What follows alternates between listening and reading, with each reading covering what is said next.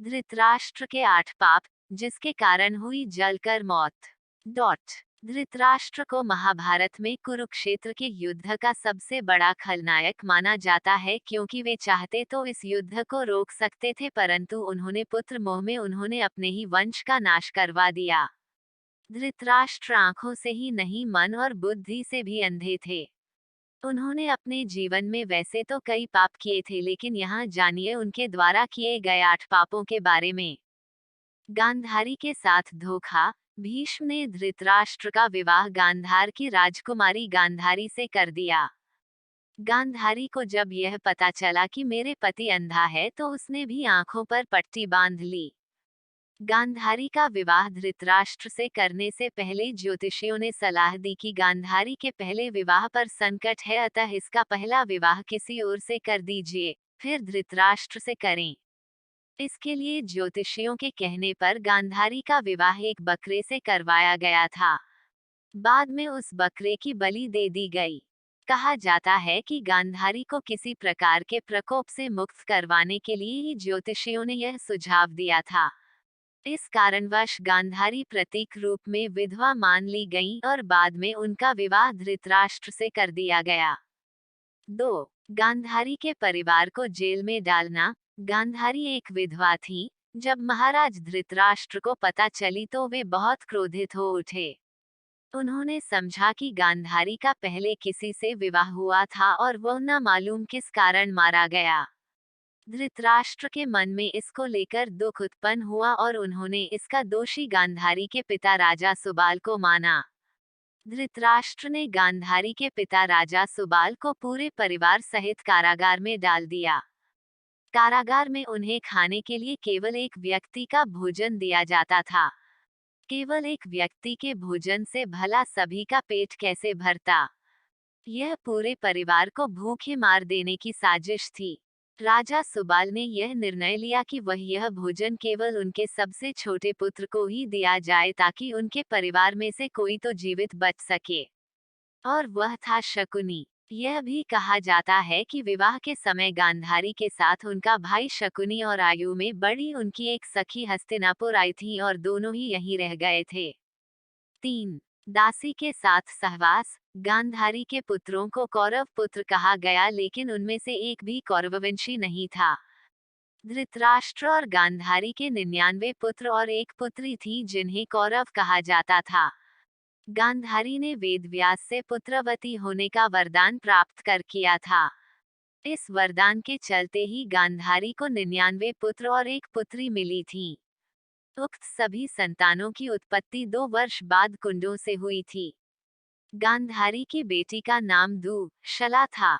गांधारी जब गर्भवती थी, तब धृतराष्ट्र ने एक दासी के साथ सहवास किया था, जिसके चलते युयुत्सु नामक पुत्र का जन्म हुआ। इस तरह कौरव 100 हो गए। 4. पुत्र के मोह में करवाया युद्ध। पुत्रमोह में धृतराष्ट्र पांडवों के साथ अन्याय कर रहे थे, लेकिन राजा और राज सिंहासन के प्रति निष्ठा के चलते भीष्म उनके साथ बने रहे। धृतराष्ट्र ने अपने पुत्र मोह में सारे वंश और देश का सर्वनाश करा दिया। धृतराष्ट्र चाहते तो वे अपने पुत्र के हठ और अपराध पर लगाम लगा सकते थे, लेकिन उन्होंने ऐसा कुछ नहीं किया और दुर्योधन को गलती पर गलती करने की अप्रत्यक्ष रूप से छूट दे दी। पांडवों के साथ हुए अति अन्याय के चलते ही महाभारत युद्ध हुआ। राज सिंहासन पर बैठे धृतराष्ट्र यदि न्यायकर्ता होते तो यह युद्ध टाला जा सकता था। विदुर ने कई बार धृतराष्ट्र को नीति और अनीति के बारे में बताया, लेकिन धृतराष्ट्र ने जानबूझकर विदुर की बातों को नजरअंदाज किया। चीरहरण के समय धृतराष्ट्र का चुप रहना। द्रौपदी के चीरहरण के समय भी भीष्म और धृतराष्ट्र चुप रहे और इसी के चलते भगवान कृष्ण को महाभारत युद्ध में कौरवों के खिलाफ खड़े होने का फैसला करना पड़ा। चीरहरण महाभारत की ऐसी घटना थी जिसके चलते पांडवों के मन में कौरवों के प्रति नफरत का भाव स्थायी हो गया। यह एक ऐसी घटना थी जिसके चलते प्रतिशोध की आग में सभी चल रहे थे। अधर्म का साथ दिया। वयोवृद्ध और ज्ञानी होने के बावजूद धृतराष्ट्र के मुंह से कभी न्यायसंगत बात नहीं निकली। पुत्रमोह में उन्होंने कभी गांधारी की न्यायोचित बात पर ध्यान नहीं दिया। गांधारी के अलावा संजय भी उनको न्यायोचित बातों से अवगत कराकर राज्य और धर्म के हितों की बात बताता था, लेकिन वे संजय की बातों को नहीं मानते थे। वे हमेशा ही शकुनी और दुर्योधन की बातों को ही सच मानते थे। वे जानते थे कि यह अधर्म और अन्याय कर रहे हैं, फिर भी वे पुत्र का ही साथ देते थे। अधर्म का साथ देने वाला कैसे नहीं खलनायक हो सकता है। 7. भीम को मरने की इच्छा। युद्ध का अंत हो चुका था और पांडु पुत्र भीम ने धृतराष्ट्र के पुत्र दुर्योधन का वध कर दिया था। इसको लेकर धृतराष्ट्र के मन में क्रोध और बदले की भावना प्रबल हो उठी थी। अतः मौका पाकर धृतराष्ट्र भीम को मार डालना चाहते थे। एक बार की बात है, जब महाभारत का युद्ध जीतने के बाद पांचों पांडव श्री कृष्ण के साथ हस्तिनापुर महाराज धृतराष्ट्र से मिलने पहुंचे तो भीम के अलावा सबने धृतराष्ट्र को प्रणाम किया तथा उनके गले मिले। बाद में भीम की बारी आई तो भगवान श्री कृष्ण धृतराष्ट्र की मंशा जान चुके थे। अतः जब भीम धृतराष्ट्र को प्रणाम करके उनके गले मिलने के लिए आगे बढ़ने लगे तो श्री कृष्ण ने भीम को इशारों से रोक दिया और उनके स्थान पर भीम की लोहे की मूर्ति आगे बढ़ा दी। धृतराष्ट्र बहुत शक्तिशाली थे, उन्होंने लोहे की मूर्ति को भीम समझकर पूरी ताकत से दबोच लिया और उस मूर्ति तोड़ डाला। उनमें क्रोध इतना था कि वे समझ नहीं पाए कि यह तो लोहे की मूर्ति है। भीम की मूर्ति तोड़ने से उनके मुंह से भी खून निकलने लगा था। इसके बाद जब धृतराष्ट्र का क्रोध शांत हुआ तो वे भीम को मृत समझकर रोने लगे। तब भगवान श्री कृष्ण बोले कि भीम तो जीवित है, आपने भीम समझ भीम की मूर्ति को तोड़ा है। इस प्रकार भगवान श्री कृष्ण ने धृतराष्ट्र से भीम की जान बचाई थी। पूर्व जन्म का पाप। कहते हैं कि पूर्व जन्म में किए पाप के कारण धृतराष्ट्र जन्म से ही अंधे थे और उनके सभी पुत्र मारे गए। दरअसल अपने पूर्व जन्म में धृतराष्ट्र एक बहुत ही निर्दयी एवं क्रूर राजा थे।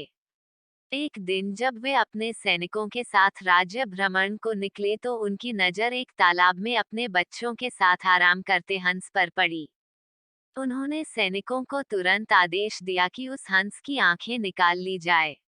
सैनिकों ने राजा की आज्ञा का पालन किया। दर्द से बिलखते उस हंस की आंखों को निकालकर राजा अपने सैनिकों के साथ आगे बढ़ गया। उस हंस की असहनीय पीड़ा के कारण मृत्यु हो गई। इस घटना को देखकर उसके बच्चे भी मृत्यु को प्राप्त हो गए। मरते वक्त हंस ने राजा को शाप दिया था कि मेरी ही तरह तुम्हारी भी यही दुर्दशा होगी। इसी शाप के कारण अगले जन्म में धृतराष्ट्र अंधे पैदा हुए तथा उनके पुत्र उसी तरह मृत्यु के प्राप्त हुए जिस तरह हंस के मृत्यु। महाभारत युद्ध के 15 वर्ष बाद धृतराष्ट्र, गांधारी, संजय और कुंती वन में चले जाते हैं। 3 साल बाद एक दिन धृतराष्ट्र गंगा में स्नान करने के लिए जाते हैं और उनके जाते ही जंगल में आग लग जाती है। वे सभी धृतराष्ट्र के पास आते हैं। संजय उन सभी को जंगल से चलने के लिए कहते हैं, लेकिन दुर्बलता के कारण धृतराष्ट्र वहां से नहीं जाते हैं। गांधारी और कुंती भी नहीं जाती है। जब संजय अकेले ही उन्हें जंगल में छोड़ चले जाते हैं, तब तीनों लोग आग में झुलस कर मर जाते हैं। संजय उन्हें छोड़कर हिमालय की ओर प्रस्थान करते हैं, जहां वे एक सन्यासी की तरह रहते हैं। बाद में नारद मुनि युधिष्ठिर को यह दुखद समाचार देते हैं। युधिष्ठिर वहां जाकर उनकी आत्म शांति के लिए धार्मिक कार्य करते हैं।